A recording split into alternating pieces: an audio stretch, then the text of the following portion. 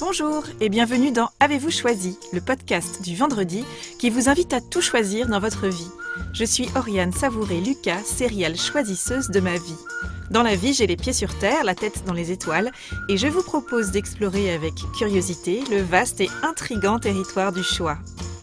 Cette exploration, je vous y invite à travers des réflexions, des questionnements et des ressources qui m'aident à choisir ma vie, ou encore à travers une conversation que j'ai eue avec une personne que je trouve inspirante dans son rapport au choix. Je suis coach et j'accompagne les personnes engagées et performantes, mais essoufflées par un quotidien survolté, à tout choisir pour se créer une vie sur mesure, à la fois épanouissante et impactante.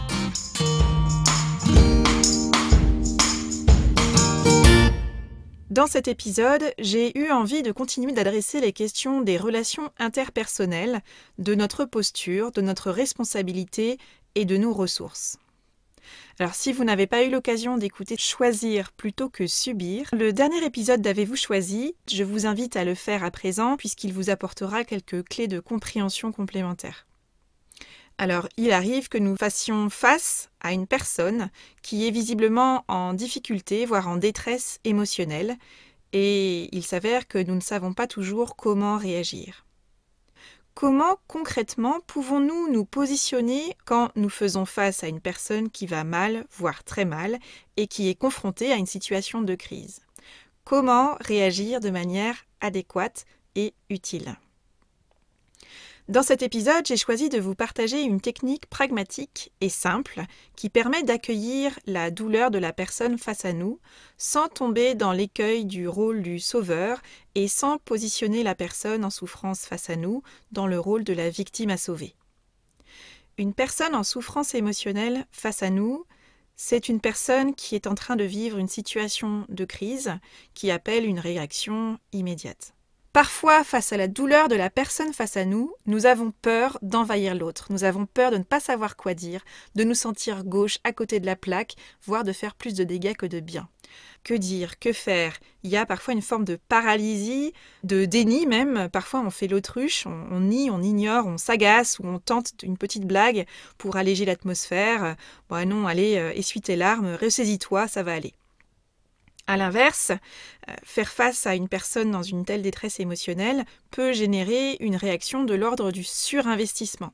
C'est-à-dire que la personne face à la personne en détresse va vouloir absolument alléger le fardeau de la personne en souffrance, alors elle va la conseiller, chercher à lui fournir une solution, voire la solution à son problème à appliquer pour surmonter la situation, ou encore elle va parler d'elle-même et de situations qu'elle juge similaires et qu'elle a vécues desquelles elle a su se relever.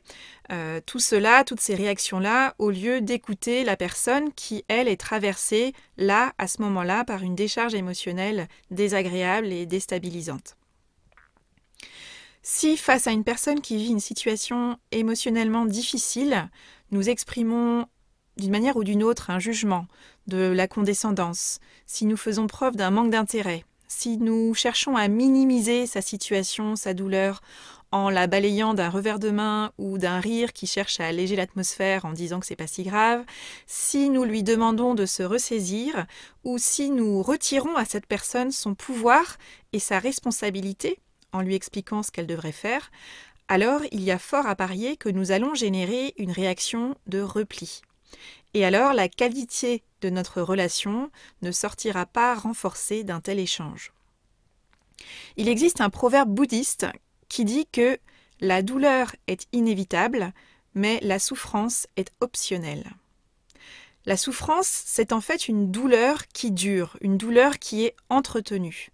Et en fait, ce qui entretient la douleur et qui génère de la souffrance, c'est la résistance à la douleur que nous ressentons. Tout pendant que l'on résiste à la douleur que nous ressentons, la souffrance s'installe et dure. Dès lors, reconnaître la douleur de l'autre ou même la sienne, la nommer, est un prérequis pour retrouver sa capacité d'action et pour basculer vers la recherche de solutions plutôt que de se focaliser sur son problème. Alors, comment accompagner la personne face à nous sans l'envahir par des conseils malvenus et sans nier ni ignorer sa douleur par peur de mal s'y prendre? Comment peut-on accompagner la personne qui vit une douleur émotionnelle pour qu'elle puisse ensuite se remobiliser et se remettre en chemin? Comment fait-on pour instaurer une communication émotionnelle simple, respectueuse et efficace qui permette de reconnaître, d'accueillir et d'accompagner les difficultés émotionnelles de la personne face à nous pour qu'elle puisse repartir vers une recherche de solutions? Dans cet épisode, j'ai choisi de vous partager un outil très pragmatique pour écouter la douleur de l'autre sans la nourrir, sans la nier, sans l'ignorer. Alors cet outil est une technique qui a été établie par Marion Stewart et Joseph Lieberman, respectivement psychothérapeutes et psychiatres, et ils l'ont expliqué dans leur livre coécrit en 1986, The 15-Minute Hour, ou qu'on pourrait traduire l'heure de 15 minutes, mais à ma connaissance, il n'a pas été traduit en français. Cette technique a pour but d'écouter avec le cœur pour soulager les émotions de l'autre. Donc Marion Stewart et Joseph Lieberman ont mené une série d'études afin d'identifier ce qui distingue les médecins qui savent établir une communication de qualité avec leurs patients et ceux qui n'établissent pas cette qualité de lien avec leurs patients. La méthode qu'ils ont déployée est la suivante. Ils ont filmé plusieurs dizaines de consultations courtes réalisées par des médecins qui étaient très appréciés de leurs patients, ainsi que des consultations réalisées par des médecins qui, eux, étaient peu appréciés de leurs patients. À partir de ces observations, de ces données réunies, une technique pragmatique a été élaborée à destination des médecins et des personnels soignants auxquels ces travaux s'adressent initialement. Les auteurs ont proposé une approche pragmatique dans la prise en compte de la relation entre praticiens et patients. En fait, leur objectif était de convaincre les soignants de ritualiser une conversation courte avec leurs patients pour leur permettre de créer un lien empathique pour qu'ils tissent une meilleure relation thérapeutique, qu'ils apportent du soutien à leurs patients et qu'ils disposent d'informations psychosociales qui leur permettent d'exercer avec plus d'efficacité et plus de satisfaction encore leur expertise médicale. Le déploiement de cette technique depuis les années 1980, fin des années 1980, a permis de démontrer que les patients se sentent écoutés, que les médecins qui y ont recours gagnent du temps parce qu'ils sont plus efficaces grâce à leur questionnement, et que cette technique favorise des relations soignants-patients qui sont plus riches entre des personnes qui sont moins stressées. Donc si cette technique a d'abord ciblé l'univers médical, dans les faits, elle peut être mobilisée dans tous les types de relations interpersonnelles de nos vies, que ce soit en famille, entre amis ou encore au travail. Cette technique, en fait, elle offre une façon efficace et humaine d'entrer en contact, d'être en lien avec la personne qui vit une situation émotionnelle difficile, de l'accompagner par un questionnement à se sentir mieux en une dizaine de minutes. Donc cette méthode, elle permet d'améliorer considérablement notre capacité d'écoute et donc notre rapport aux autres sans avoir besoin d'être thérapeute. Elle nous permet de nous rapprocher des gens qui comptent le plus pour nous, nos parents, nos conjoints, nos enfants, nos amis et pourquoi pas nos collègues. En appliquant cette technique, non seulement nous faisons du bien aux autres, mais nous nous en faisons également puisque nous améliorons et nous approfondissons nos relations avec eux. Alors j'imagine que chacun et chacune d'entre nous a déjà été confronté à une situation où nous avons eu à faire face à une personne submergée par la douleur émotionnelle, en tout cas visiblement très déstabilisée. Et peut-être que nous n'avons pas vraiment su comment réagir, comment nous positionner face à cette personne visiblement perdue, déstabilisée, parfois même anéantie émotionnellement. Alors, comment accueillir les émotions de l'autre? Comment ne pas les nier? Comment ne pas les prendre à sa charge non plus? Comment trouver sa juste place? Cette technique va nous y aider. Il s'agit des questions de l'ELF. Alors cette technique, qui prend la forme d'une série de 5 questions, nécessite peu de temps et d'énergie et se révèle très efficace. Et donc elle est connue en français, comme je le disais, sous le nom de les questions de l'ELF, qui est en fait une formule mnémotechnique. Derrière cette formule se cache un acronyme qui liste donc cette série de 5 questions à poser à une personne qui vit une situation émotionnellement difficile. Alors voici les 5 questions, je vais les énumérer et ensuite je détaillerai le pourquoi de cette question et comment la poser, comment se l'approprier. Donc tout d'abord, la lettre Q de question. Donc on va amorcer la série de questions. Puis l'acronyme ELF, E-L-F-E, vaut pour émotion, le plus difficile, faire face et empathie. Alors, tout d'abord, la lettre Q pour question. La première question à poser qui va amorcer, en fait, qui va lancer cette série de 5 questions, c'est « Qu'est-ce qui t'arrive » ou « Qu'est-ce qui t'est arrivé ?» Cette première question, en fait, elle permet d'établir une connexion avec votre interlocuteur en souffrance ou en difficulté émotionnelle.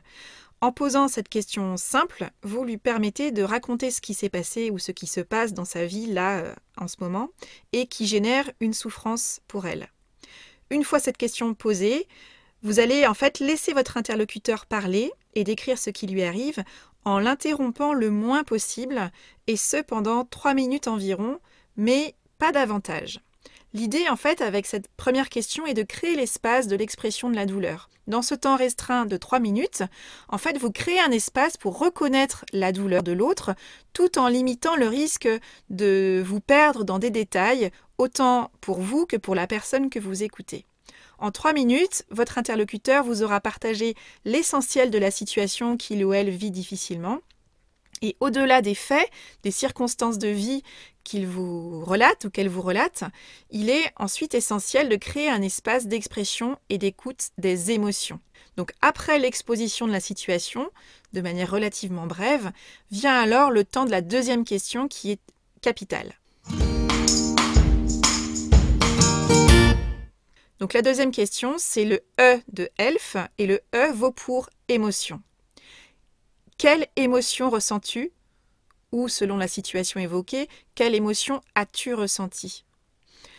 Nommer son émotion, c'est un moyen en fait très puissant de la maîtriser.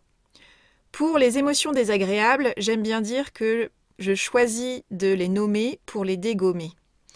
L'idée est d'accueillir la douleur qu'on ressent pour pouvoir en fait s'en libérer, pour ne pas avoir à s'y accrocher et surtout pour que on n'ait pas de résistance à cette douleur qui se crée et donc qu'il n'y ait pas une souffrance qui s'installe. Parce que la douleur qui dure se transforme en souffrance. Plus on résiste à notre douleur, plus on nourrit notre souffrance. Alors, nommer une émotion désagréable, c'est un premier pas nécessaire pour se remettre en mouvement.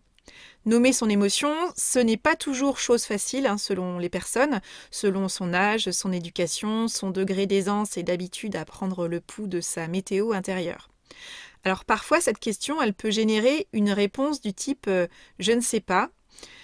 Aussi, vous pouvez par exemple accompagner votre interlocuteur à verbaliser son émotion en énumérant des types d'émotions jusqu'à obtenir un « oui » de la part de votre interlocuteur, ce « oui » qui va valider en fait l'émotion que la personne ressent face à vous. Vous pouvez également répéter tout simplement les mots que la personne utilise pour décrire son état émotionnel. Et ça va pouvoir l'aider à travers la répétition de ses propres mots pour l'accompagner à se rapprocher de son émotion, voire à la cibler avec justesse. La troisième question, elle est portée par le L, la lettre L pour le plus difficile. Cette question, c'est la suivante. Qu'est-ce qui est le plus difficile pour toi dans cette situation? Ou qu'est-ce qui a été le plus difficile pour toi? Alors parfois, on peut se sentir un peu mal à l'aise avec cette question. On peut parfois hésiter à la poser même, en se disant qu'elle est peut-être malvenue, déplacée, voire impolie, comme si on risquait d'enfoncer le clou ou de contribuer à raviver, voire à renforcer la douleur de la personne en difficulté face à nous. C'est pourtant une question importante et puissante dans cette série de 5 questions. L'efficacité de cette question, en fait, elle réside dans le fait qu'elle invite votre interlocuteur à créer un point de focalisation. Elle l'invite à regrouper ses pensées, à regrouper ses idées sur l'origine exacte de sa souffrance. Alors que lorsque la personne est livrée à elle-même dans une situation de détresse, eh bien, on peut s'apercevoir que notre esprit a tendance à partir un peu dans toutes les directions, à ne plus savoir serrer les problèmes et a tendance à tourner en rond et en boucle. Et il est d'autant plus intéressant d'oser poser cette question, de s'autoriser à poser cette question, parce que le constat qui est fait à partir des observations qu'ont pu réaliser les auteurs de cette technique, c'est que régulièrement, la personne qui pose cette question de qu'est-ce qui est le plus difficile pour toi ou pour vous dans cette situation, eh bien, la personne qui pose cette question est surprise par la réponse qui lui est donnée.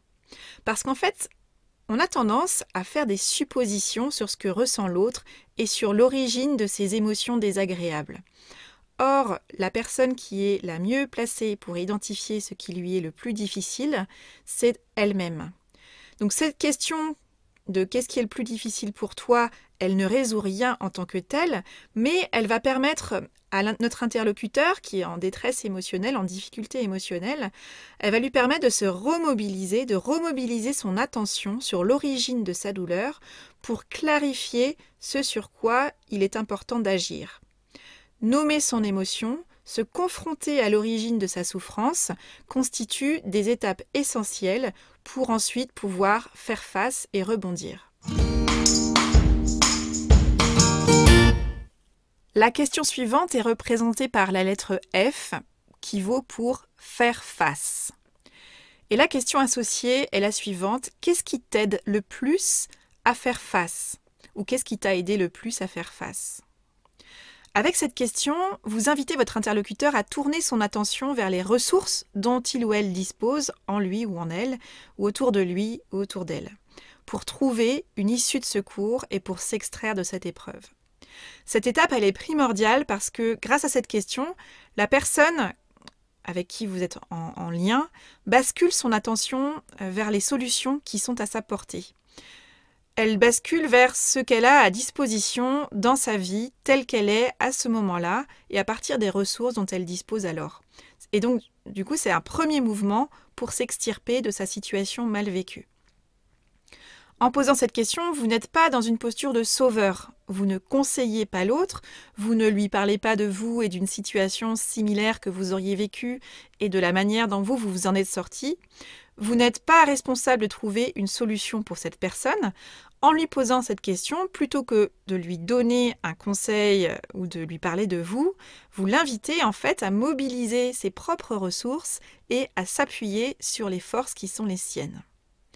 À travers cette question, qui est qu'est-ce qui t'aide le plus à faire face dans cette situation ou qu'est-ce qui t'a aidé le plus à faire face dans cette situation, vous dites en fait en sous-texte à votre interlocuteur: tu disposes de ressources suffisantes en toi et autour de toi qui vont te permettre d'inventer une solution pour t'extraire de ta situation difficile.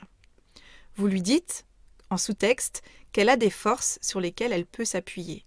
Et ce regard posé sur l'autre, à travers ce type de questions, peut s'avérer extrêmement puissant et générer chez la personne concernée un réel soulagement et un réel regain d'énergie pour avancer.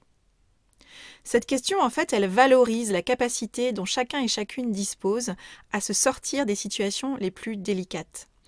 Quand nous sommes en difficulté, en détresse émotionnelle, nous n'avons pas besoin de quelqu'un qui va régler nos problèmes à notre place.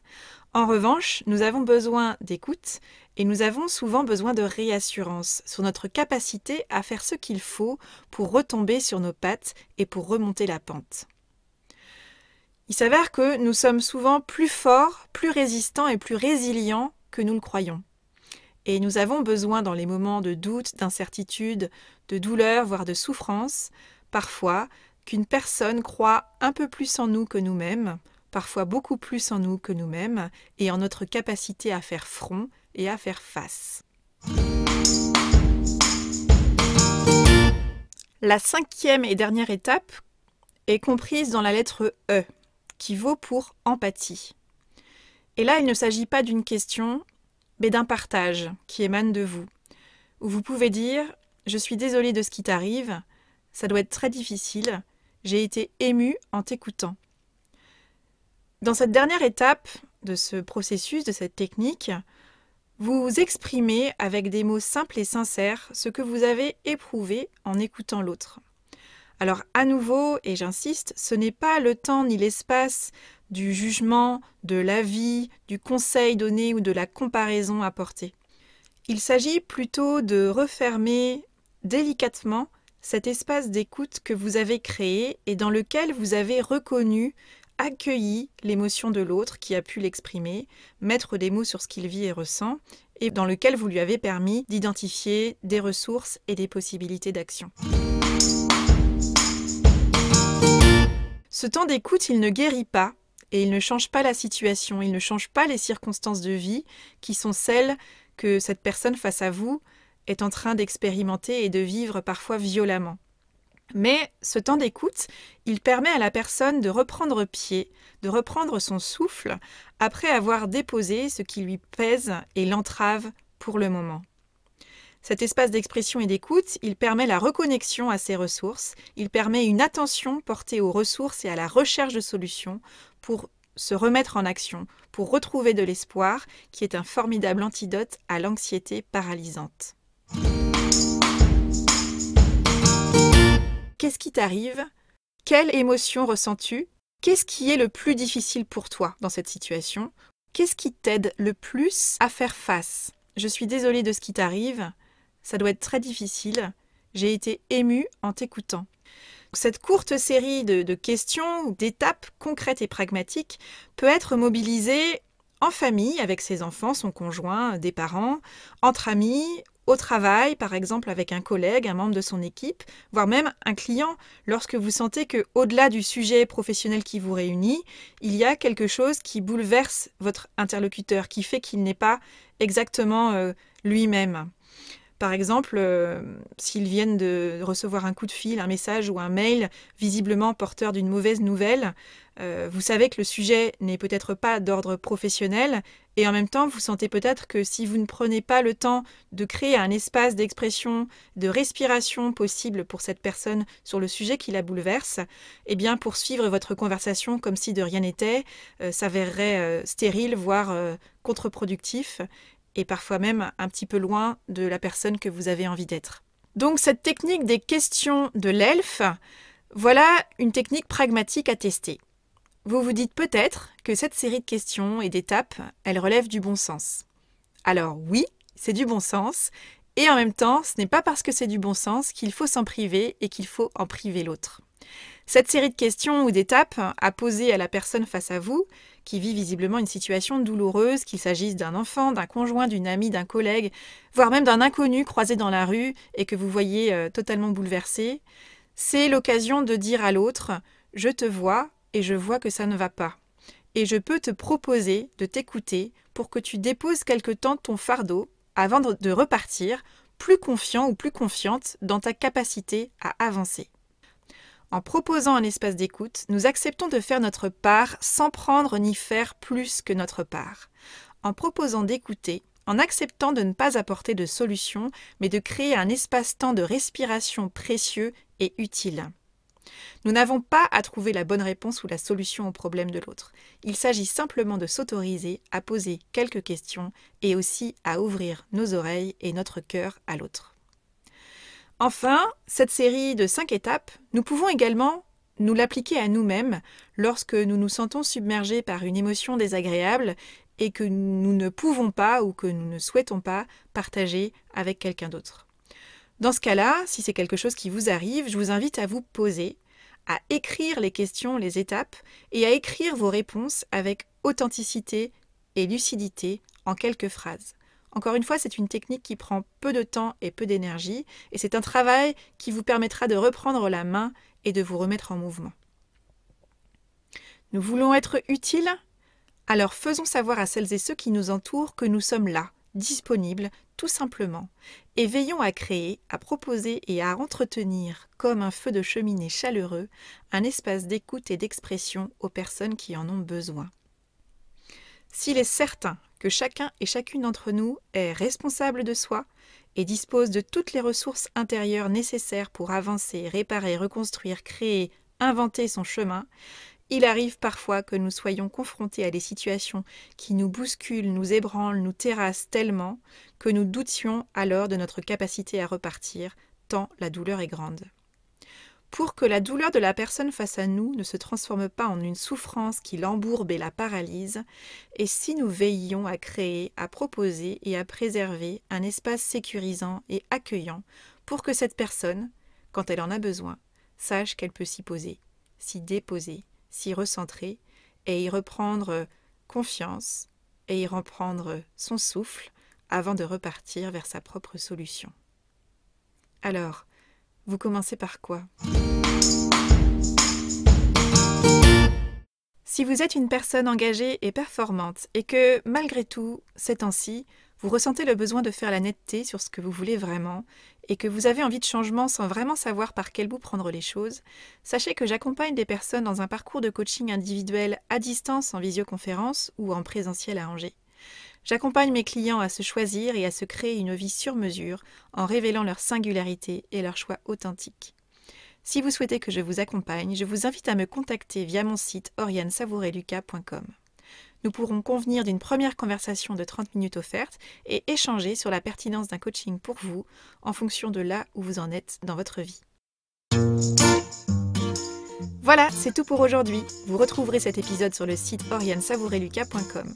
Si vous aimez ce que je vous propose et que vous voulez faire partie de cette aventure audio, abonnez-vous à la newsletter de Avez-vous choisi afin d'être alerté dès la publication d'un nouvel épisode. Si vous souhaitez soutenir ce projet de façon bienveillante et efficace, je vous invite à faire connaître Avez-vous choisi à celles et ceux qui vous sont chers et que l'idée de tout choisir dans leur vie pourrait réjouir. Vous pouvez partager votre enthousiasme par écrit en déposant un avis sur le site, sur la page Facebook ou la chaîne YouTube Avez-vous choisi, ou encore une constellation de 5 étoiles sur votre application de podcast préférée. Je vous souhaite une bonne semaine et je vous donne rendez-vous vendredi prochain pour un nouvel épisode. Et d'ici là, et si vous choisissiez tout ?